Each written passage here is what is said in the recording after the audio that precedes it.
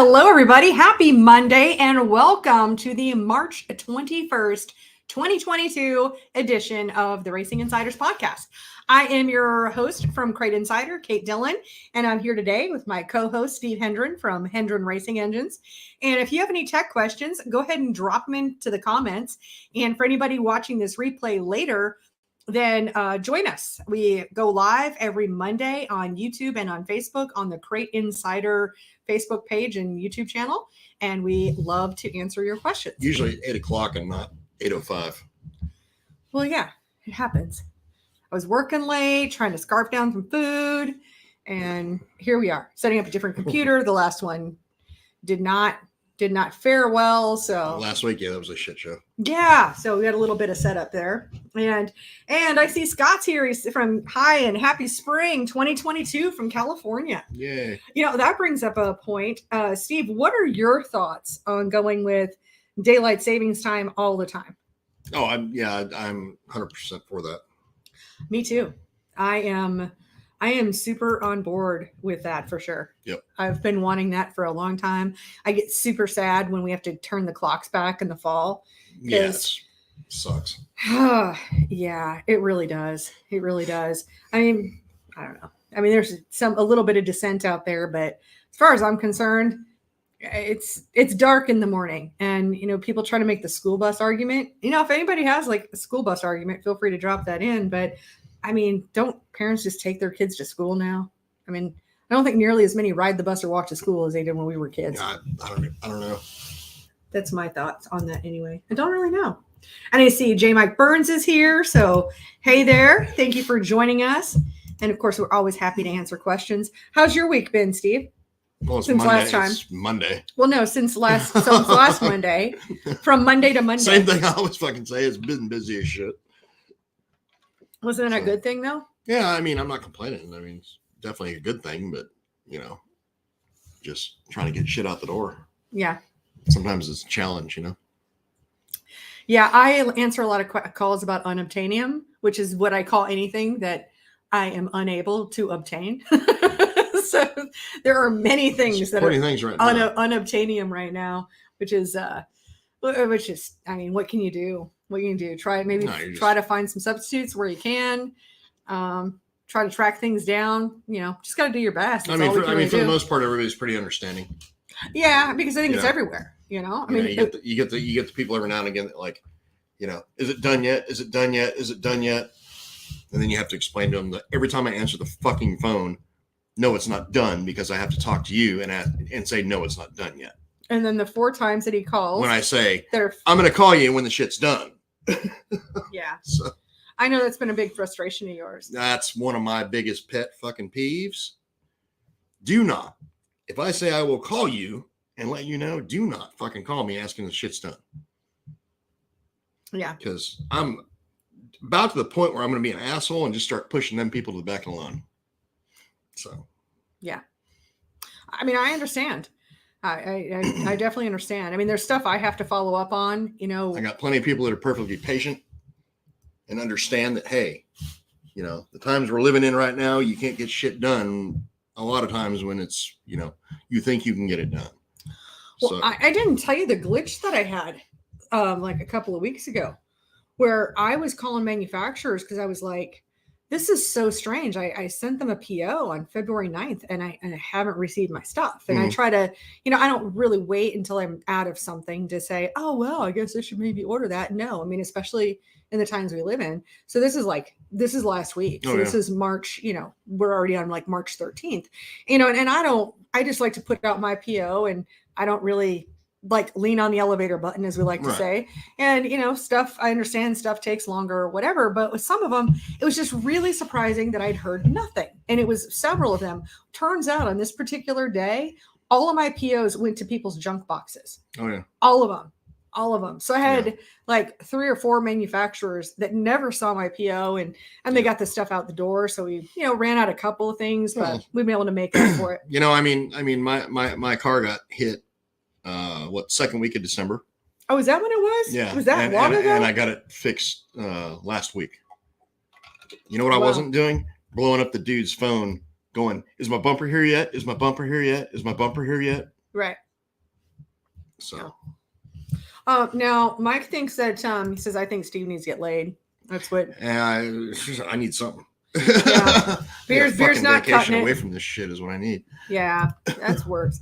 Roy's asking if it's ready yet. Oh, and Chad says try selling lumber. Has the price gone down? I'm like, no, if you have to ask, you can't afford it. Right. Right. Whew. Actually, Exactly. I got an email from Kaiser today, Kaiser Wheels. And actually had somebody ask me when I was going to get Kaiser Wheels. Well, I mean, I had them on order before Kaiser burned down. And, they've been working so hard. I mean, not just on glomming a shop together, but really, really putting together just a beautiful manufacturing facility. But I did receive an email from Kaiser today just showing a stock chart on the price of aluminum. Oh, yeah. And it just looks like I've had several conversations on aluminum with several people I deal with. Yeah. And it's not good. I mean, it pretty much looks like if you've got like a drafting triangle, like a 30, 60, 90. And that's exactly what it looks like. It's like is this isosceles triangle, and there's no slowing down. Everything else is going to be. Yeah. Oh, and Chad says, yeah, that's in Iowa, not far from me. Yeah. So, I mean, I've got those wheels on order, and I'm not going to bug him about them. Yeah. I know that I'll get my place in line. I will get my place in line, and I will be patient, and I love those wheels, and so do my customers. Right. So it's worth the wait as far as I'm concerned, for sure. And Jamie has a question for you, Steve. Mm-hmm. Do you build steelhead or supermotors, or just stick strictly to crate? We used to do a ton of steelhead stuff and a ton of supermotors. Primarily right now, we're just doing the crate deal just because, honestly, I wouldn't have time to do anything else just because of how busy we are. And honestly, that kind of market right there, I mean, it's like I've said before, it's like building computers. I mean, unless you're just currently doing that shit, everything changes every 6 months in that market. So as far as, technology and things like that go, so I'd be behind the 8 ball, honestly. Gotcha. I mean, I've got friends I can rely on to, like, hey, haven't done this in a while. What do we need to do here? What, camshaft, new tank camshaft technology, shit like that. And so, I mean, sure, we could figure it out, but I wouldn't want to be my crash test dummy on it. Yeah, well, or you might refer the business as well. Oh, I can absolutely make referrals. Yeah. Mm-hmm. Now, Roy does have a follow-up question. He was asking if his stuff was done yet, and also, can you send the avgas numbers with it? Yeah, right. So that's great. Now, Steve Peaton is here, our friend, and he says, Hendrin saved me and my motor today. Always appreciate his knowledge. I need to send cases of beer. Yes. I like cases of beer. Yeah, you do. Although, what would be better for us to buy right now? What? A keg for the kegerator. Yeah, that'd probably be a good idea. We're using the kegerator as a refrigerator. Yeah, currently, yeah. Well, it's not summertime yet. I mean, the kegerator's for summer, honestly. I mean, have you stopped drinking beer? No, but I don't know. It's more summertime. Wow. Yeah. Wow. Huh. So draft beer apparently has a season. Well, I mean, no, I don't know. Just It's summer 3 days of the week now. Shit. It's not today. I don't know. I mean, I didn't wear a jacket today. This is about it's totally fine. I think I've changed clothes 3 times today. Or not clothes, went from the heavy hoodie to the sweatshirt to the t-shirt and then back to this. So yes, layers. Yeah. Layers. It's all about the layers. Well, any questions you guys have, feel free to drop them in. We always love to answer those. Sure. Any questions you've been receiving on the phone here recently? Nothing worth mentioning, honestly. Most everything today was just God, I hate saying they're stupid questions, but yeah, they're actually can be. Well, are they questions that if they were addressed and people were aware that they just wouldn't ask them? No, they're just not worth sharing. Oh, okay. Okay. Honestly. Okay. All right. Now here's a good one. Troy Peden had a good question today, and I'll tell you that. I mean, that's the legit. Hey, I had a guy call, had a good question today, and it was about his new car. where he put his engine in, hooked his new MSD, all that shit up to the distributor, fired the thing off, and it was retarded 30 degrees on ignition timing. So he's like, whoa, called me, and I told him that he had polarity reversed, and that he was able to fix that. And there you go. Hence saving the engine. Okay. Okay. I mean, I guess I was just thinking like maybe he was on the dyno today or something. No. But yeah, reverse polarity. Do you find that is a pretty common It is a thing? very common thing. Yes. Okay. Yeah. And how can one prevent the, getting yourself into a reverse polarity situation? Well, I mean, if you're first putting something together, then, you need to time the engine and then reverse the polarity and see which way the timing goes. Okay. So. Okay. Gotcha. Or in his scenario, he knew that in his old car, it was timed correctly, in the old car. So, then once we got to talking, we figured out pretty quick that's what it was. Okay. And here's a good question. Troy says, is it okay to mix 91 half and half with 100 Sunoco? He's in a 602 Northern Sport Mod. I personally never recommend mixing fuel at all, just because we've done it, and you're never going to get it 100% right every single time. So I would suggest sticking with one or the other. Personally, I would probably stick with 100 Sunoco and shit can the 91. But, that's just my opinion. More for the consistency or well, yeah, the consistency. 100%. That's what you're after. You want consistency. You don't want to week to week, if you miss by, 3% and it changes the air fuel ratio, on the carburetor. Yeah. You're going to be down on power, you're going to be up on power, it could go either way. Gotcha. Okay. Or cause, a failure of some sort. Mm-hmm.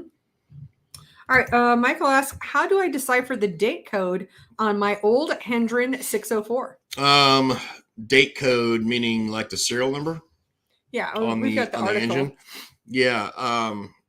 You have an article? Yeah. Okay. It's one that you wrote years and years and years ago. Okay.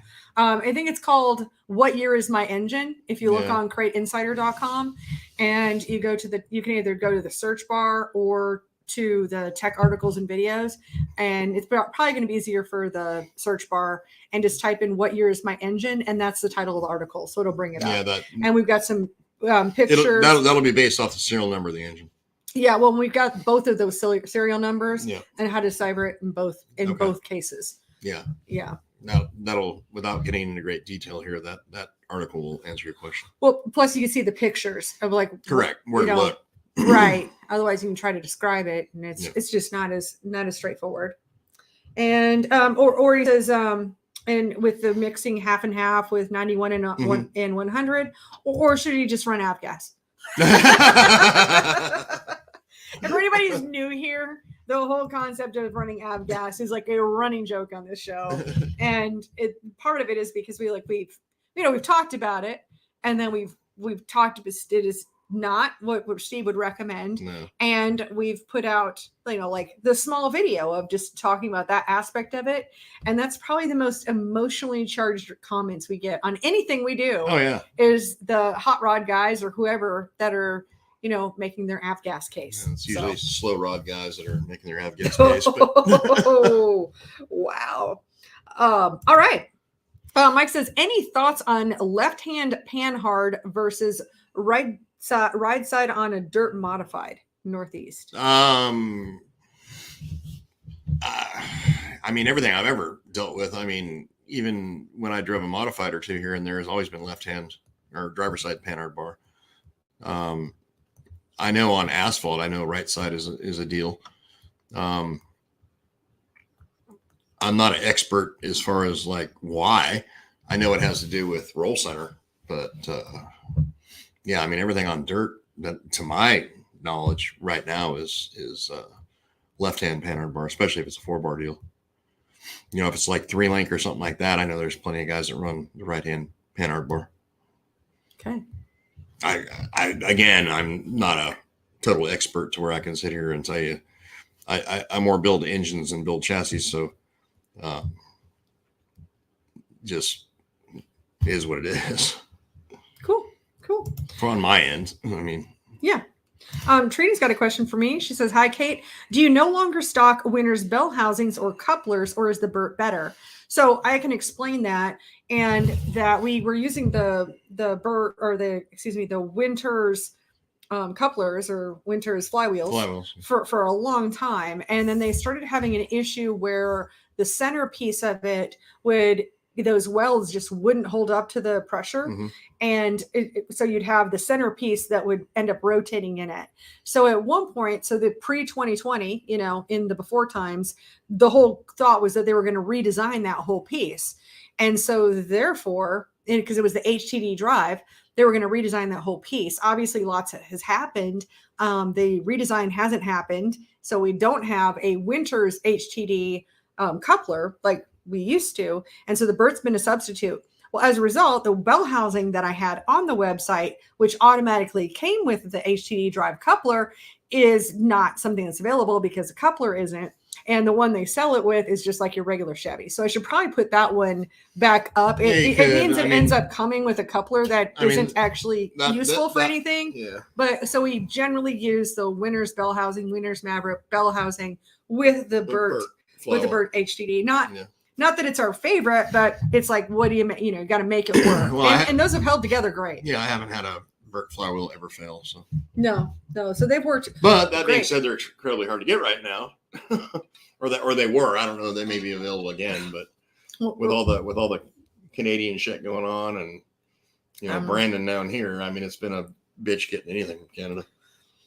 Yeah, but I kind of buy a lot of them. So not a lot, but if there's like 6 or 8 of them, I do kind of buy them all. So that happens. Oh, yeah. So I think I only have 2 or 3 on the shelf right now, but I do have those. And so that's how we got here with that.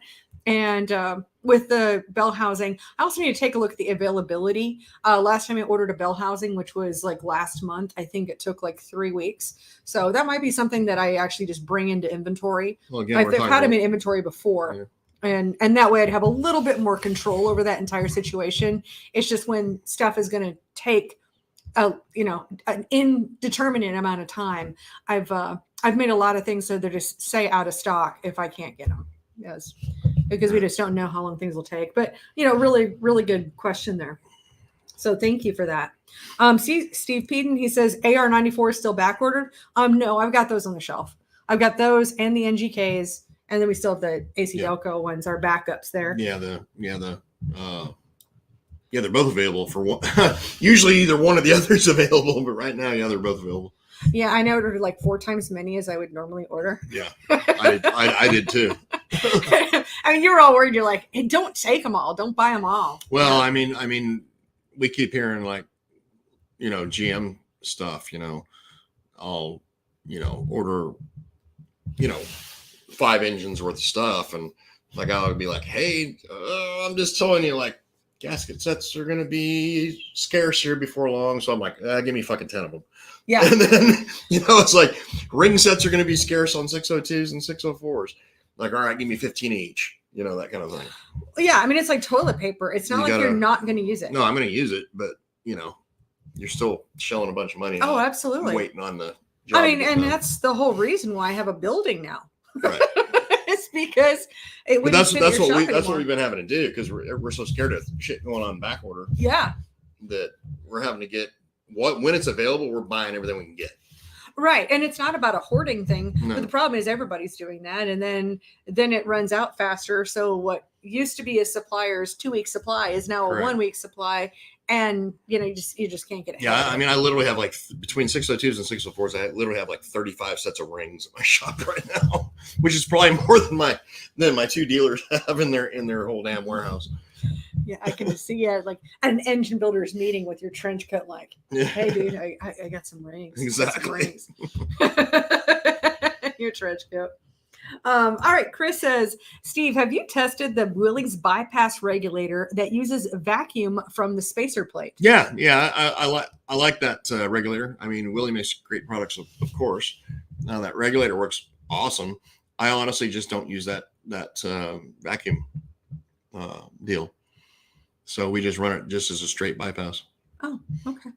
So we don't do the, essentially what that's designed to do is lower the fuel pressure, lower RPM. But it's not something that we utilize. That being said, if you're not using it, make sure you leave that port open. Don't plug it. Oh, good to know. That because it would make sense that you would think that you would need to plug that port. Interesting. And next up, Jeff asks, "Hey Steve, have you had a chance to see if the thermostat bypass system works?" Yeah, it works 1,000%. So that's going to be the Arts Radiator thermostat bypass system, and thermostat and bypass system. Okay. And yeah, it works 1,000%. We've done a bunch of dyno testing with it. Works great. We're going to go do some track testing with it probably this coming week or next week. Yeah, and I'll need to give Art a call and see if we can get some on the shelf. Oh, absolutely. Well, that Art's having the same problem that everybody else is having. It's like when I was talking the other day, it's like, all right, I can send you a price sheet, but it might be this week and something else the next week, that kind of deal. So. Well, and that's been the most challenging thing, honestly, because none of us want to raise prices. Honestly, I don't want to mess with prices. I want to set them once a year and kind of be done with it. And that's been the really challenging thing because. Well, just look at GM. GM's had, gosh, it used to be they'd change prices in January. Well, I know, you know what? No. And maybe once or twice during the year. And now they're changing every other week, it seems like. No, ever since they got the map pricing, which was just still supposed to just like we expected once a year, once a quarter. No, it's monthly. It's been monthly in the before times since 2019 or 2018, whenever we started. Well, I'm saying pandemic era is when all this shit went haywire. They were already doing it. I mean, this not to the same extent, and not $1,000. Yeah. Well, if you're listing map pricing on your website and you have to update it every month, I mean, I don't list prices on my websites. Right, exactly. I do, and it could get me a lot in trouble with my performance dealers if I screw up anything. And it may be something else, and it may not affect my prices for my exact stuff. But I'm not just talking engines. You might be considering engines. I'm talking gasket sets and rings, and everything else that we deal with. Right. Yeah. And I just don't list that stuff on the website since guys can't take their stuff apart. Okay. All right. Oh, here's a good question. Sean says, is there a difference in timing on a 602 using an HEI versus an MSD? No, your ignition timing would be the same. It'd be identical. We just open the spark plug gap up a little bit with an MSD versus an HEI. Other than that, your ignition timing would stay the same. Great. Okay. I think that's a really interesting question because I can see where we got there with that. Mm-hmm. Oh, and I see Art is here, and he says we're 3 weeks out. Yep. So Art, thank you. I definitely would love to connect and then of course do a video on this thermostat bypass system. Absolutely. Well, we need to. It's on Alex's car, so yeah. So it's already installed, and we can talk about it and any of the talking points. I'd love to do that and get the word out about it. And also I like to do that when the thing is on my shelf. So there's that. Yeah. So you can count on me probably for a half a dozen of them, Art, and just to get started and just know so we can connect on that. Absolutely. For sure.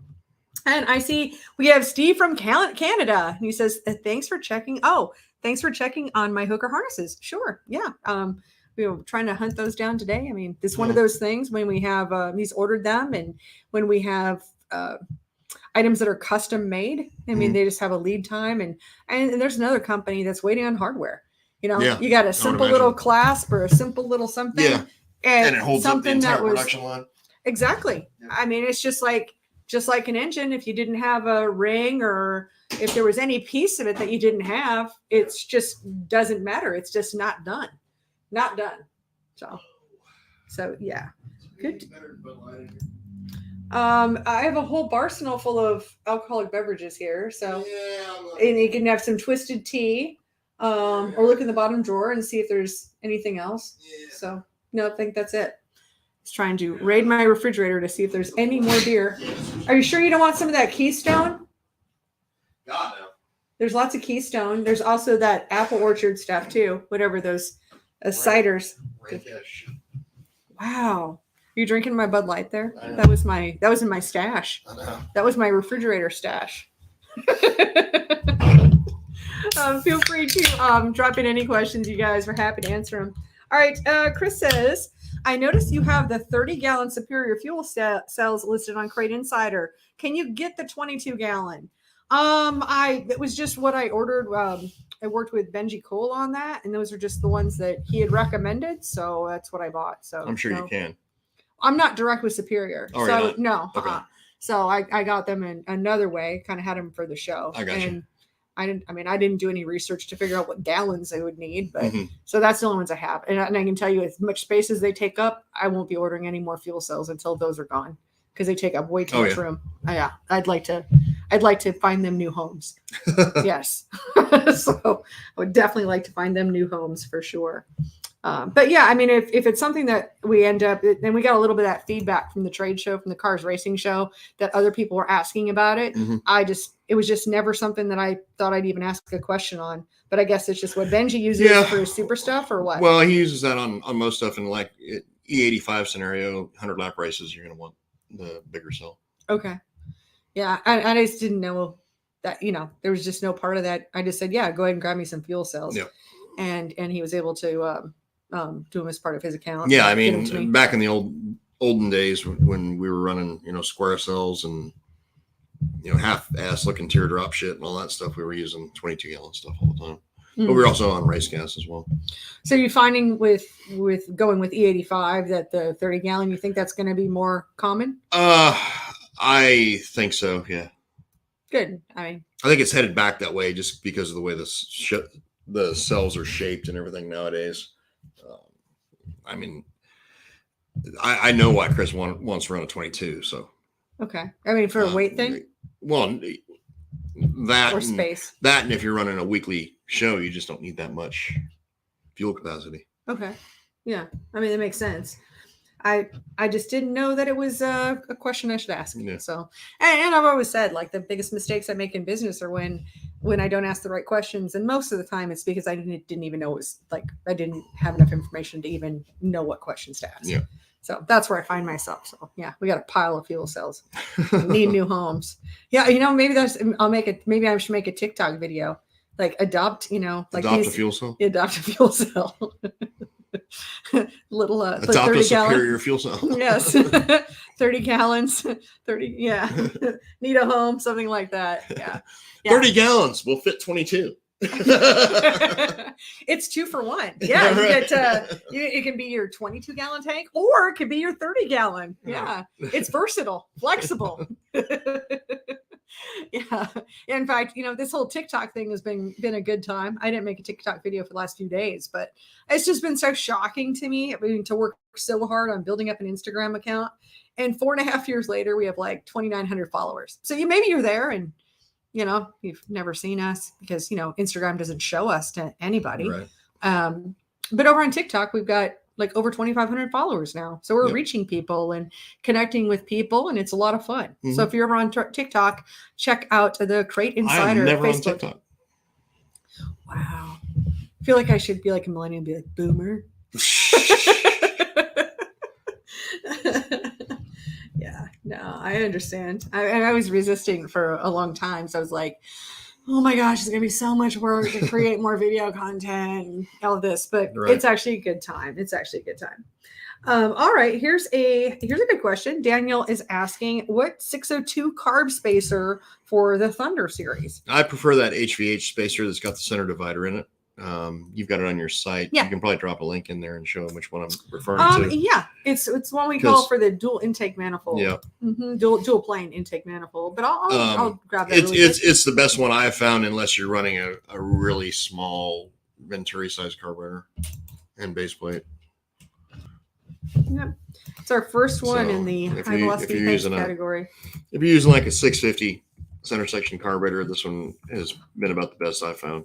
If you're using a 600 with a 600 base plate, then there's a couple 4 holes that would be worth looking at. But I mean, most people are not running that stuff. Yeah, and you're familiar with the Thunder series rules, because I mean, it's just so close to where we are here in the Carolinas, for sure. Mike says, I thought TikTok was a breath mint. Yeah, Tic Tac. But no, TikTok is the little video platform. It's actually kind of fun. I really dreaded it for a long time. That's what I keep hearing. Yeah.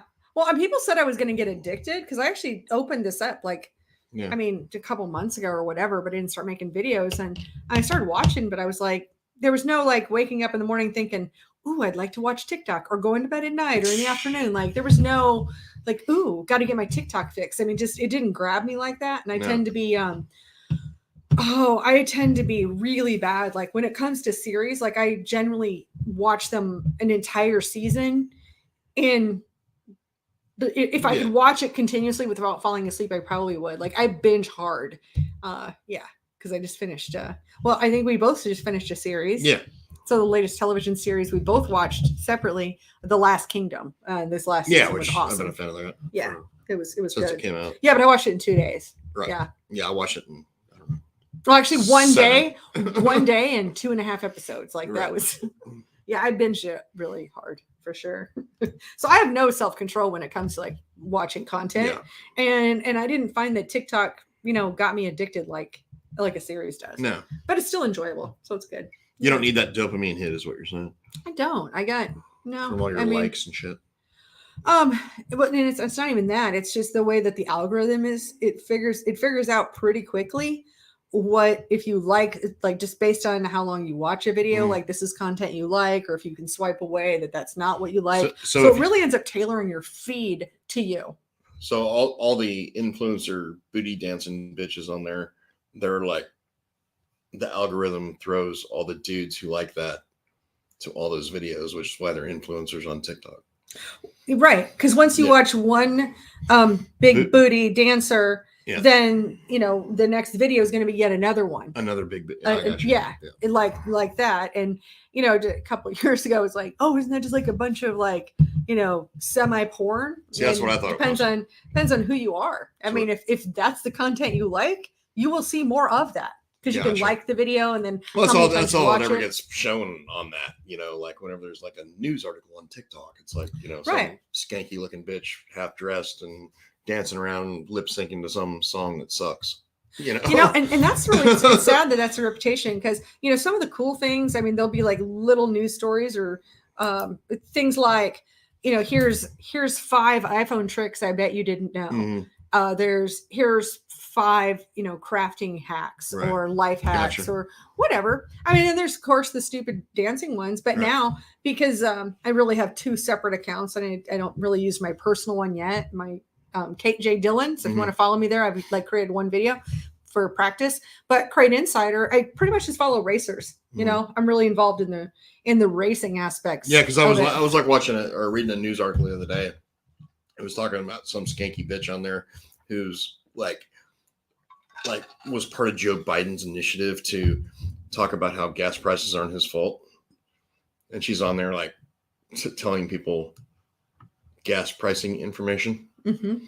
And then like the writer of the article is like, oh, and here's some of her other videos. And it's like, oh, she's all dancing around like a fucking idiot. And it's like doing nothing and contributing nothing to life other than her tits and her ass, basically. Okay, then. So that's what I thought TikTok was. That's what I'm getting at. That was my point. Yeah. I mean, apparently it's more than that, which I've now learned. Yeah. Because I can tell you this, and just for the basic like reverse shock factor of it, is you will not find me dancing on TikTok. I wouldn't think so, no.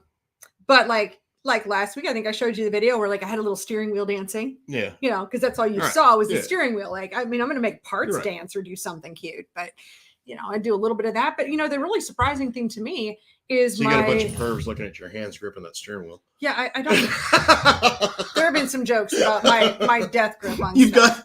You do. Yeah. Your shock video where you're like, oh. It wasn't even on purpose. She's like literally, she's got a shock. I'm describing it. I talk with my hands. She's stroking the shock the entire time she's talking legitimately to the camera with a straight fucking face. And so I didn't realize it. And of course, as soon as I watched it, I'm like, oh my God. So I sent it to a couple of friends of mine and they're like, oh my God. I didn't even notice it until I saw it with no sound. Because before that I was listening. Yeah. No, what's really interesting is I've done some of these cute videos like that, a couple. But the other ones I do are the product spotlights where I talk about a product and kind of what its benefits are. Okay. And those, so race fans. So I have learned tonight. Thank you. Mm-hmm. Yeah. We can get off the subject of TikTok because it's getting boring. But I have learned tonight that it's not all about booties and boobs. It is about actual content. So this is good. Yeah, and the product videos have done better for us than the silly stuff. There you So, go. so it's really interesting. I thought that was really cool. Cool. And James, he liked my explanation of the algorithm because he says that explains why my buddy always sees breastfeeding videos. He must be looking too long at those videos. Haha. Hey, you like what you like, you get more of the same. His buddy. Oh, I know a guy. I know a guy. Yeah. All right. Here's another tech question. Darren is here from California. He says, hey guys, I've used a red top Optima for my hobby stock. Is there a better option that I should use? As far as battery wise goes, I mean, I know plenty of people who are on Optimus. I've seen a lot of them fail. You've probably seen a lot of every battery fail. I mean, right? Anything has the capability of failing. It's not my first choice. I think we use that XS in my son's car. XS power battery? Yeah. I actually just ordered a couple of those today. Yeah. And I have seen those fail too. Everything has a failure point. Yeah, exactly. Yeah. So I think a battery that works is like a spark plug that works. Yay. Oh, yeah. But it's not a bad brand. It's good. No. I mean, it's well known. You've probably had them before. Yeah, there's plenty of people out there that run them. Yeah, absolutely. I'm still laughing at the breastfeeding video one. That's hilarious. I know a guy who knows a guy. I'll tell you this. I don't see any of those videos on my feed. Like, not on my feed. Not even once. And yeah. Although, what was really surprising to me? If I could ever figure out who the hot MILFs in my area who want to bang me are on Facebook, I could just clean up. Wow. Okay. You clean up, like, why? But I haven't figured out who they are. Oh, okay. So. Yeah, usually these algorithms actually work pretty well. But the funny thing is I was watching a video on YouTube last night. And I'm logged into YouTube. So YouTube pretty much knows what I like. I watch hours and hours of YouTube, like literally every day. And so I'm watching this video and there's these non-skippable commercials. All of a sudden they've got like a Huggies commercial. Out of nowhere. And I'm like, whoa, Huggies was far and wide. Somebody did some bad targeting. Maybe one thing, it was like adult diapers or something, Right. Well, but it's so I know what kind of ads I'm going to see and I'm getting annoyed by the same ones over and over again. Yes. But one thing I do like about personalization and algorithms is literally my example is because I don't want to see diaper commercials. Every time I watch YouTube, I got some asshole trying to sell me a solar powered generator. Oh, that's the for pre-treated supply. I've seen that commercial last night too. Fucking shut up, dude. So that's totally on my radar because those guys, that's who I bought my 30-day food supply from. So I'm not surprised by that ad. Yeah. And I see all of the... I'm not surprised by it by the shit that I watch on YouTube. Oh yeah, gun channels, of course. I'm just so tired of this one dude. So you think you need a generator? And I'm like, fucking shut up. I'm like, 5 seconds. Yeah. I know. And click, skip, Yeah. All right. Here's a question. Jason says, any advantage using the Falcon roller slide over the conventional conventional yoke? Different people have different preferences. My own son's car, we got the roller slide in it. If you talk to my friends at CVR and a couple other places, they're like, oh no, you got to have the slip yoke and stuff like that. The roller slide to me has been flawless. Haven't had an issue with it at all. There's no binding issues that we found whatsoever. Usually the cars that make the most power on my dyno have a roller slide. Not that that's worth, 80 horsepower or anything. I'm just saying normally the ones that make the most power have a roller slide in them. And you know what? There's one on my shelf right now. Anytime you got a slip yoke, you have friction. Well, there's also one on my shelf that's looking to be adopted. Yep. There you go. Legit. Got it on the shelf. Another adoption case. Yep. Hey, you might get a twofer. You might get a 30-gallon Superior fuel cell and a slip yoke friggin' roller slide. It was like fraternal twins. Yeah. Yeah, I got parts that need new homes. Yeah. No, but we have a lot of people running them, and so I've got differences of opinion with people on when it comes to some of that stuff. And he says, cool, thanks. All right, Chuck says, raise your drinks and repeat after me. So we're going to do this all together. So raise your glass. Yeah, fuck Joe Biden. FJB. Let's go, Brandon. Yep. I agree. It's been a challenge. Obviously, we're not big fans here. Nope. No, not big fans. I don't know really. I don't even know one person who is, honestly. I don't know, because apparently he, with his 36% approval rating, 36% of the United States thinks he's doing a great job. Well, his job was to do nothing. And he's fucked it up. Yeah, that's all you had to do was Right. nothing. And most of them, 80% of America would have been fine with that. Yeah. But no. I actually got a call today. I haven't looked at the news at all. And apparently there's going to be some new COVID restriction, something. Do you know anything about it? The science is back. Oh, is it? Oh, okay. You know what I'm talking about? Fauci? The science. Oh, yeah. Yeah, so the science is back in the news cycle. Oh, And the science is saying, hey, don't be surprised if we have to have another lockdown. Because, he's got to stay relevant. Wow. I hope like hell friggin' Republicans take over the House and the Senate and they barbecue his ass once they get an opportunity to do it. Well, at this point, the smartest thing to do at this point, the smartest thing to do a year and a half ago was really just to slink into a hole, take your big government salary, and want to be forgotten about. Right. That's all you needed to do. Especially when you've got not even one thing right the entire fucking time. No. Why do we even ask Fauci? All we have to do is ask the media what they want. And then he'll actually echo whatever the exactly. media wants. The media drives everything. Right. I remember day after day, I was glued to those press conferences. The media and all my liberal buddies in California who are like, we must mask up. Well, and that was the crazy thing is, I don't know if you remember this, but all those White House press briefings is that, of course, they started having the press say, hey, we're seeing over in Southeastern Asia that everyone's wearing a mask. Should we be wearing a mask? And from the stage, you're hearing, no, masks aren't necessary. Yeah, masks aren't. Including the science was saying that. Yeah, the science was saying that as well. And then, it was just relentless. It was just like, should we wear masks? Should we wear masks? Yeah. Should we wear masks? Yeah. And it was just so relentless. Finally, it was like, fine, yeah, wear the masks. Wear the masks. and it was really media driven. I can't think of anything beyond that. So there was no turning back from that. And then, of course, we had a whole new rebellion from that. So, yeah, it was just kind of crazy. And I think we're seeing the same thing. I'm seeing the same exact thing repeated with anything to do with the Ukraine crisis. Because it's no matter what, like the White House can have a thing. But as soon as the media, they're just relentless. Well, absolutely relentless. Think about Ukraine. And I have friends, lifelong friends who live there. And I've spent a lot of time there. But the thing, you can't believe shit you're seeing on the news. Mm-hmm. Because either it's Russian propaganda or it's Ukrainian propaganda. And both of them are playing the propaganda game. Oh, it's so hardcore, which just instantly boils over in our news because they eat that shit up like crazy and they just promote it as fact. Just like they do with our government. Oh my gosh. It's gobble, gobble, gobble. Gobble.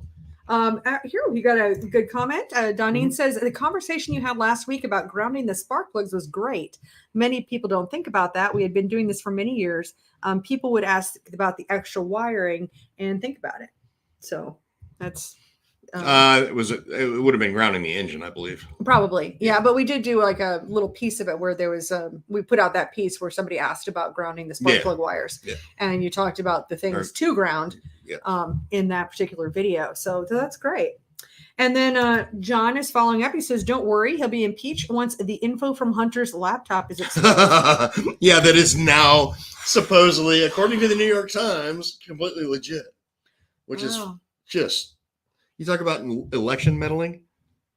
I would like you to look at my surprised face. Yeah, right. You and the entire United States. Because, there's people, even the other side's going, oh, yeah, well, we knew it was true all along. Come on. Yeah. Well, that's just another example of the media controlling. So whether it's the media, social media, big tech. Well, the media. It was the Russians. Yeah, it's always somebody else's fault. How about we not do that? It's crazy. We obviously we have both of our opinions politically, and we align on a lot of things, and some things we don't. Do you know what the New York Times has never proven that is true? I do not know what. The Trump pee-pee tape. Oh. You know why? It doesn't fucking exist. No, it's well, but that's the hardest thing is, how do you prove a negative, right? I mean, Well, how do you prove a negative? There you go. Is the toughest thing because there's no refuting. If there's no evidence showing, there's no. Right. Well, that's why it's always like, a source said. Yeah, a source close to this or an anonymous source. Right. I mean, come on, it's time for people to own it. I mean, if you wanted to leak it, then leak it, but own it. I mean, come on. I mean, come on. We got to be worried. I'm just over it. All right, we got another question. Ryan says, speaking of spark plugs, are the Brisks worth all of the low key hype and silly price? On the 604 stuff, I have found it's not, and I don't know why. So I need to research that a little bit more. On the 602s, like my friend Jason Orr at 955 Automotive up in Erie, Pennsylvania, he's got a Brisk plug that he uses on 602s, and he said it's definitely worth a little bit of with power. A very particular fuel. Yeah, well, that was with a very particular fuel and a very particular plug for that application. Mm-hmm. As far as like the CT 525s we deal with, absolutely. In my opinion, they make the best plug there is for that. Yeah, but it's very important to know your heat range and the kind of fuel you're using because we've also seen it not work like at all. Yeah, I mean the 604s. Yeah, the stuff we were doing at the time when we tested them, it didn't work for shit. Mm-hmm. Which means I'm sure they've got a plug that's going to work just great, but I don't know what it is yet. Well, and obviously it has to be very particular circumstances where I can sell the NGKs to anyone who runs a crate, no matter what kind of fuel they run, or the Autolites, and it's going to work. Yeah. And it's going to work very well and not have any issues. Where this was a lot fussier. Well, the 525 is extremely fussy. So we're learning more about those the more we run them. Yeah. And I'd love to put out. Actually, the more we run them, the more we fuck shit up. On my son's 525, the more we're learning about this shit. To be honest. To be fair. Well, it's how I learned how to fix computers and websites. And here's that. I don't know. You hit a roadblock every once in a while, but I mean, I don't purposely try to screw things up. Oh, yeah. When something needs to be fixed, just figure it out. Right. My concept is, or my idea on it is, well, it can't be that hard. Those are my famous last words for literally everything. Oh, yeah. Can't be that hard. And Ryan says, thanks. Nice to hear different opinions and facts. Yeah. I mean, about the spark plug. So that's great. And Mikey says, is there much gain in running at matched valve springs? I mean, not really. I mean, you want the cold hard facts? Not really. The reason that I have her selling matched valve spring is people buy them. Well, it's not just that though. And then the bigger reason, I've always built Crate Insider in the fact that we don't do like fairy dust and voodoo magic. No. And and people are asking over and over and over for matched valve springs. So when I first did the experiment, I think I bought 6 boxes of springs. Mm-hmm. And then each box, I would take this box's worth of springs and I would test all 16 springs. I'd set that aside and I would test the whole box at a time. Mm-hmm. And in some of these boxes of springs, there could be 10 pounds of difference between one spring and the next, the way I was rating them, which would be a good way of rating them because we're rating about halfway through. If you're rating them out of the box. Yeah. Yeah. Yeah. So there could be quite a difference, from spring to spring in that case. So that showed me that, okay. I mean, if they were all within 2 pounds of each other, of course we would just tell people that, but there can be some ones that are just kind of falling off a cliff too. Right. That we just throw away. It depends on exactly how you do it. Right. So the way we do it, we're catching those and getting rid of them. Number one, seat pressure is not the way to rate a spring. So you've got, a couple. Well, what do we need to talk? I know exactly where you're going. Yeah, we don't even talk about that. I don't talk about them just because they're not worth the time of day. But you got people out there selling 84 pound and 83 pound and 82 pound freaking 602 springs and charging some exorbitant amount of money for them. And all they're doing is ripping people off. Number one, seat pressure is not the way you test springs. Sorry to say. What? So, You actually test midway through the travel is the way we do it. And not saying that my way is the best way of doing it by any means, but I mean, every time the valve opens and closes, it sees mid lift twice and open and close once. So yeah, and with so that, it's about control of the spring. When if you have Grab too the much valve, or rather. too little pressure on one of the valve springs compared to all of the rest, you certainly could. Right, I mean- but I mean, for the most part, what I'm going to say is like on 602s, I do see a little bit of a benefit. It's not going to be a performance benefit. In other words, you're not going to see horsepower gain Right. by consistency. having let's say a spring that tests at 130 at a certain lift versus one that tests at 135 at a certain lift. You're not going to see a performance Within a gain horsepower wise within a range. By any means, but will it be more consistent? Yeah. I mean, is it going to be better ultimately? Yeah, because you can't say it's not going to be. But I mean, the whole match spring thing to me, I mean, especially like on a 525 or a 604, you're wasting your fucking money, wasting your time. But yeah, but if I don't offer them, then I get 4 calls a week. Correct.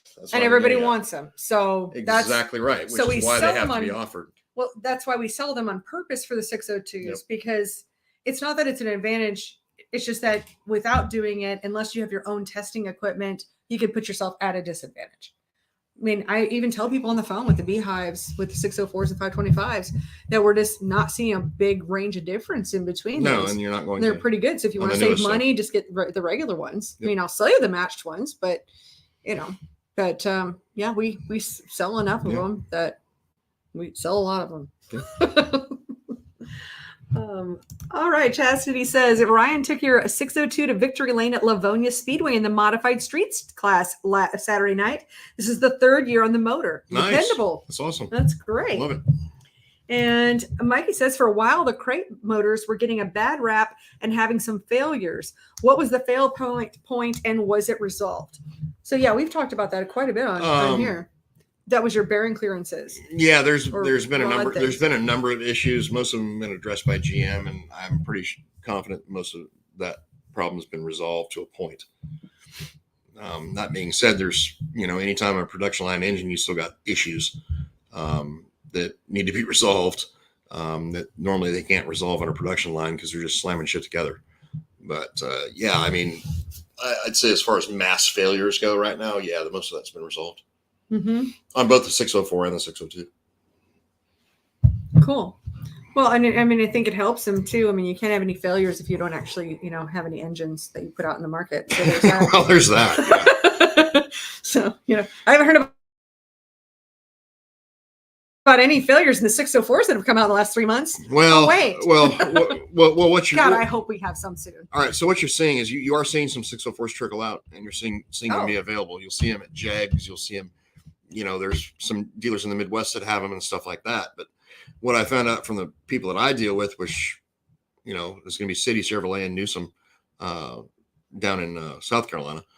And what I understand from them, and that's the 2 biggest on the East Coast, basically. Mm-hmm. And what I understand from them is GM is filling back orders in the order that they were received.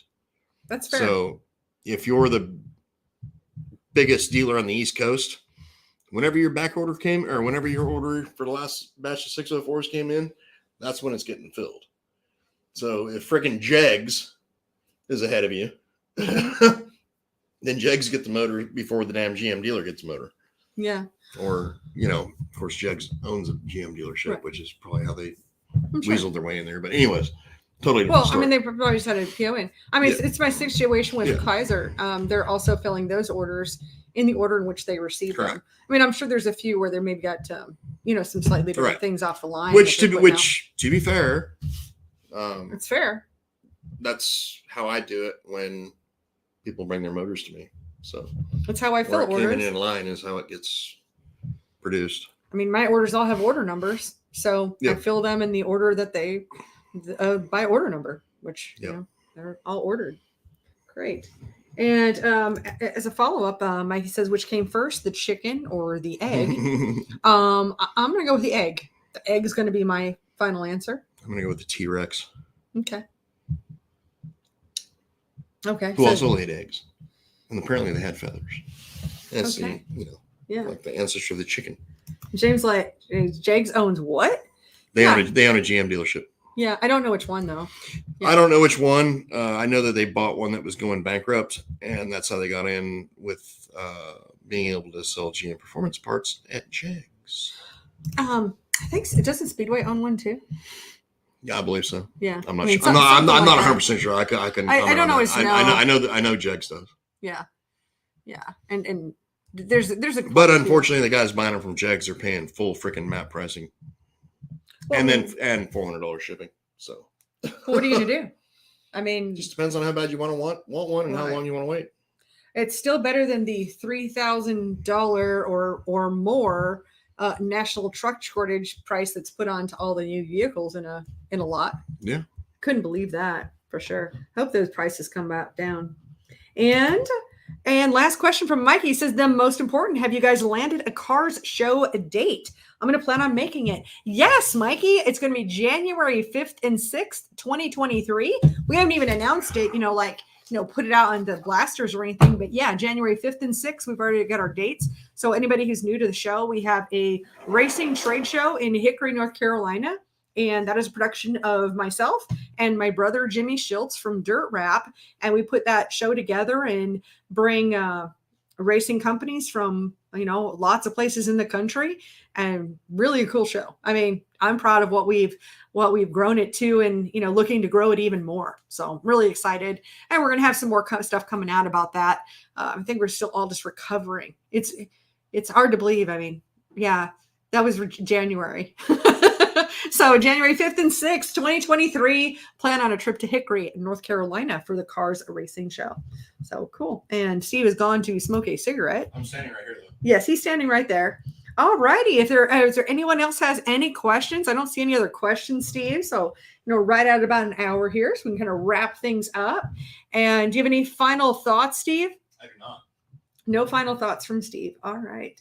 Well, I personally want to thank you all for being here. Thank you so much for being part of the show. Of course, you can catch the replay of the podcast over on CrateInsider.com, iTunes, or any of your favorite podcast providers. And you can also catch us live if you're watching us on the replay here. You can catch us live every Monday night, 8 p.m. Eastern on Crate Insiders on our Facebook channel, as well as our YouTube channel. And so catch us live, get here with your questions. And we pretty much pop up about every comment that comes through. So thank you for being here, and we'll look forward to seeing you guys next week.